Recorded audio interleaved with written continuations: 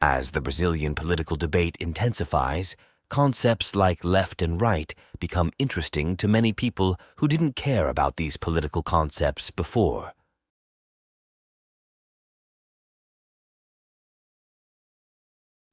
But what is the history behind these concepts? What do we call left and right? The French Revolution is traditionally associated as one of the milestones in the emergence of these two concepts, when two groups, the Jacobins and the Girondins, sat in opposite places in the National Assembly. The Jacobins, sitting on the left, defended more radical and popular positions. Hence, the term left has come to be associated with popular positions. In this case, we have a small historical accident and a small accident of the time, the contingency of that meeting, that assembly. Obviously, this no longer applies to contemporary politics in the United States, England, France, and Brazil. Therefore, left and right have little to do with the Jacobins, the Girondins, or where someone sits in any assembly. However, the French Revolution gave another contribution to the concepts of left and right. An intense debate followed the revolution in France in 1789, fought by two Englishmen, actually one Irishman, Edmund Burke, and an Englishman named Thomas Paine. This debate was absolutely central for us to mark positions on what would be conservatism and what would be progressivism, which we can more broadly call right and left. Edmund Burke, an Irish politician who had been one of the great supporters of the American Revolution, would oppose the French Revolution and would especially highlight the terrible events that could result from such an event, from such a political action.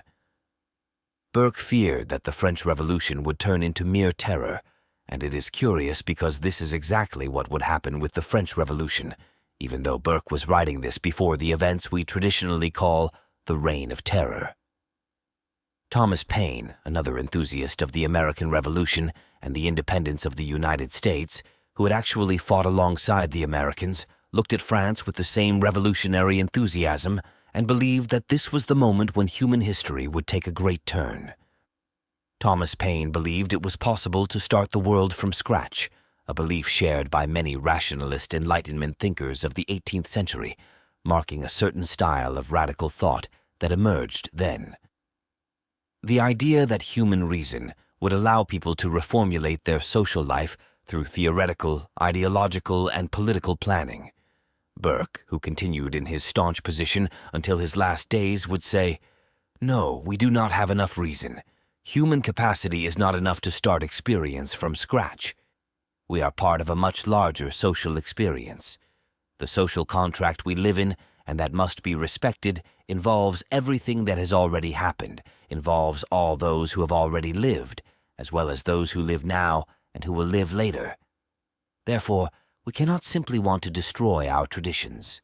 We must take care to make careful reforms instead of starting from scratch with large theoretical and abstract projects in politics."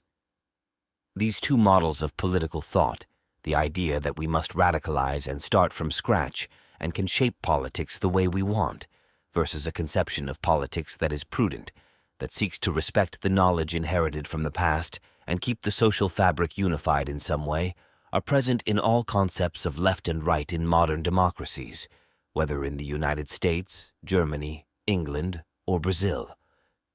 It is a much more enduring conception of left and right than the one that simply traces its steps back to Jacobinism and the gigantism of the French Revolution.